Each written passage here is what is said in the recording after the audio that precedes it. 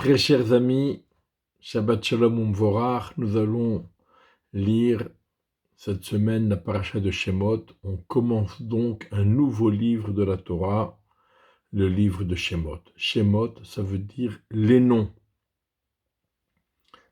De quels noms allons-nous parler? Des noms des Béni Israël.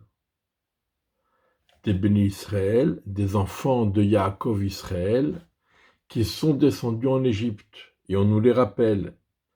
Yaakov, Ishuveto Baou. Yaakov, chacun avec sa famille est venu. Réhouven, Shimon, Lévi, pour ceux qui auraient la mémoire courte, on nous rappelle les noms des 12 tribus. Le nom de Yosef est répété à plusieurs reprises. Mais ces noms-là, on les connaît. Alors, pourquoi donner une telle importance à ces noms, au point d'appeler tout le livre par rapport à cela? Le livre de Shemot, le livre des noms. On n'a fait que répéter des noms que l'on connaissait déjà depuis la fin du livre de Bereshit.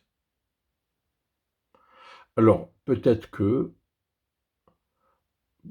le livre s'appelle Shemot parce que Akadosh Baruch Hu se présente sous ses différents attributs. Déjà dans la prochaine paracha, dans Vaera, on nous parle du nom par lequel il s'est fait connaître des patriarches et du nom par lequel il va se faire connaître des Béné Israël. Et puis ensuite, dans Parashat Kitissa, Akadosh Baruch Hu se présentera au Béné Israël de façon plus éloquente, avec tous les attributs de miséricorde. Peut-être également, ça vient nous rappeler ce que les Chachamim disent, qu'une des choses auxquelles les Béné Israël n'ont pas touché dans leur exil en Égypte, qu'ils ont maintenu chez eux, c'est les noms. Chez Loshinu et Shemotam, ils n'ont pas changé leur nom. Ils ont gardé la spécificité des noms. Bien sûr, vous allez me dire, quand on voit au cours dans les différentes parachutes où les Béni Israël sont dénombrés, on voit bien que personne ne s'appelle Réhouven, personne ne s'appelle Shimon, à part les 12 tribus. Dans les noms de leurs enfants, ces noms ne réapparaissent pas. Ce que les Rachamim ont peut-être voulu dire, c'est que tous les noms donnés au Béni Israël rappellent la présence d'Hachem et la gérance d'Hachem. Comme pour Réhouven, il a été appelé Réhouven parce que Réhou, qui ra'a Hachem Beoni, car Hachem a vu ma misère. Shimon, de même Shimon, Lévi, Yehuda, tous ces prénoms avaient un sens qui rattachait la personne à Akadosh Baruch Hu. Et ainsi de suite, même en Égypte, même s'ils n'ont pas redistribué les mêmes prénoms sans arrêt, il fallait bien innover un petit peu parce que si jamais ils avaient 6 enfants à chaque portée, alors en deux accouchements, on a déjà terminé les 12 noms. Donc il faut bien innover. Mais tous les prénoms donnés à leurs enfants mettaient en lien la personne avec Akadosh Baruch Hu. Il n'empêche qu'il y a une grosse question qui se pose. Le principal personnage, celui qui va se faire appeler Moshe, celui qui va devenir le guide et le chef des Béni Israël, eh bien, on ne connaît ni son père, ni sa mère, ni sa sœur.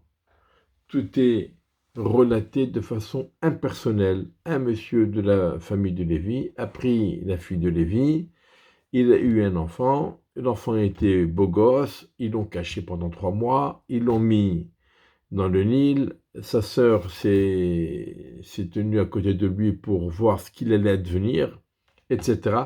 On ne mentionne aucun nom. Et dans un livre qui s'appelle Shemot, on se serait attendu à ce que le principal personnage de la Torah soit nommé.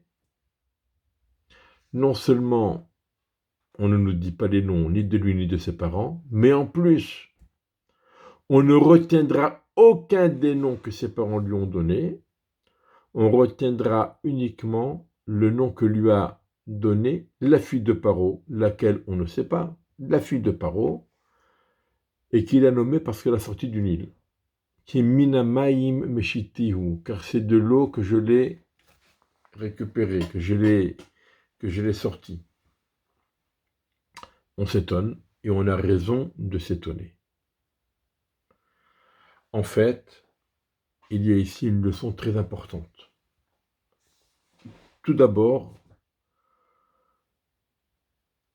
en ne donnant pas de nom, on rappelle que tous les miracles de la sortie d'Égypte, c'est Akadosh Baruch Hu lui-même qui est intervenu directement dans la sortie d'Égypte. C'est Akadosh Baruch Hu qui était aux manettes.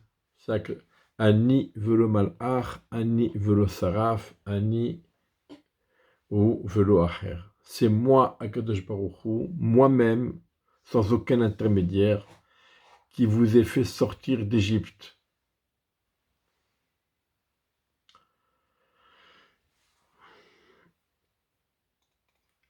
Mais de façon plus précise, Kiminamaim Shitihu, ce nom de Moshe a un sens extraordinaire. Il nous rappelle que toutes les manigances de Paro, tous les projets de Paro se sont retournés contre lui. Il a décidé qu'il fallait jeter les enfants à l'eau pour éliminer celui qui devrait être le sauveur d'Israël. Finalement, c'est à cause de ce décret que Moshe a été mis à l'eau. Et lorsque Moshe a été mis à l'eau, c'est la fille de Paro qui est venue le récupérer et pour l'élever et l'éduquer au palais même de Paro, aux frais de Paro. Donc on voit Rabot machashavot belev ish va'atzat Hashem hitakum. Il y a beaucoup de pensées, de projets dans le cœur de l'homme, mais c'est la volonté d'Hachem qui va s'accomplir. Et c'est ça l'importance de ce nom de Moshe. Le prénom Moshe nous rappelle cela.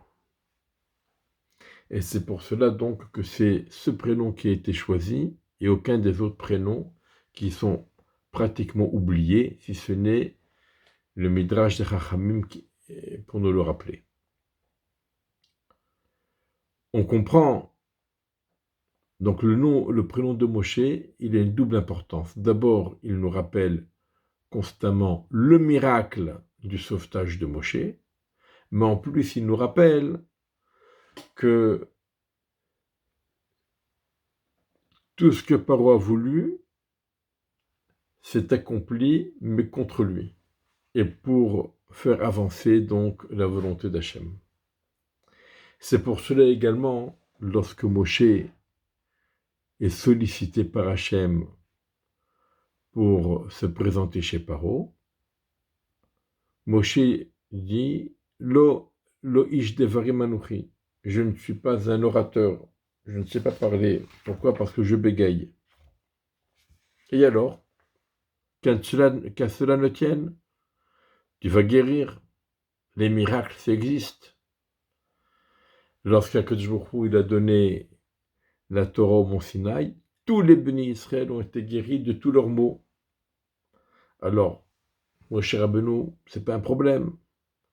Si on peut transformer un bâton en serpent et de l'eau en sang, si une main peut devenir lépreuse et guérir immédiatement, eh bien, le bégaiement aussi, ça se guérit, d'autant plus que ce n'est pas un bégaiement de naissance, mais c'est un bégaiement qui est survenu bien plus tard, lorsque on a soupçonné Moshe, les conseillers de Paro ont dit à Paro, ce petit garçon, il faut se méfier de lui, il va te détrôner. Et Paro a dit non, c'est un bébé, il ne faut pas tenir compte de ses agissements. Alors ils ont dit on va faire un essai, on va lui présenter un bol de pièces d'or et un bol de charbon ardent. On va voir s'il est intelligent ou pas, s'il comprend la différence. Et donc effectivement, Moshe, qui n'était pas si bête, a tendu la main vers les pièces d'or. Et c'est un malhar qui a poussé sa main et qui l'a fait saisir les charbons ardents. Il les a portés à sa bouche et il est devenu bègue comme ça. Donc le bégaiement de Moshe rappelle ce miracle. C'est pour ça que Moshe dit à Kadosh Baruch Hu, je bégaye et je ne peux pas me présenter devant Paro. Et ne me propose pas de me guérir de ce bégaiement. Je ne veux pas guérir de ce bégaiement. Je veux le conserver pour pouvoir me rappeler tout le temps le miracle que tu m'as fait en me sauvant. Donc, c'est pour ça que Moshe tenait à rester bègue. Voilà, très chers amis, l'importance des prénoms, surtout de ces prénoms qui nous relient à Hachem, surtout de ces prénoms qui nous rappellent les miracles dont nous avons bénéficié, et surtout de ces prénoms qui nous rappellent la présence d'Hachem en toutes circonstances. C'est Akadosh Baruch Hu qui gère les situations, et quoi qu'on fasse, c'est la volonté d'Hachem qui va se concrétiser. On peut essayer de tout faire pour contrecarrer le plan d'Hachem, mais finalement, ce qu'on va faire, c'est ça qui va permettre au plan d'Hachem de se réaliser. Shabbat Shalom Umvorach, soyons confiants à Hachem, surtout dans cette période des Shovavim. Prions Hachem pour qu'il nous aide à dominer notre Yetzer Hara, pour qu'il nous aide à nous élever, à nous rapprocher de lui, à le servir au mieux. Shabbat Shalom Umvorach.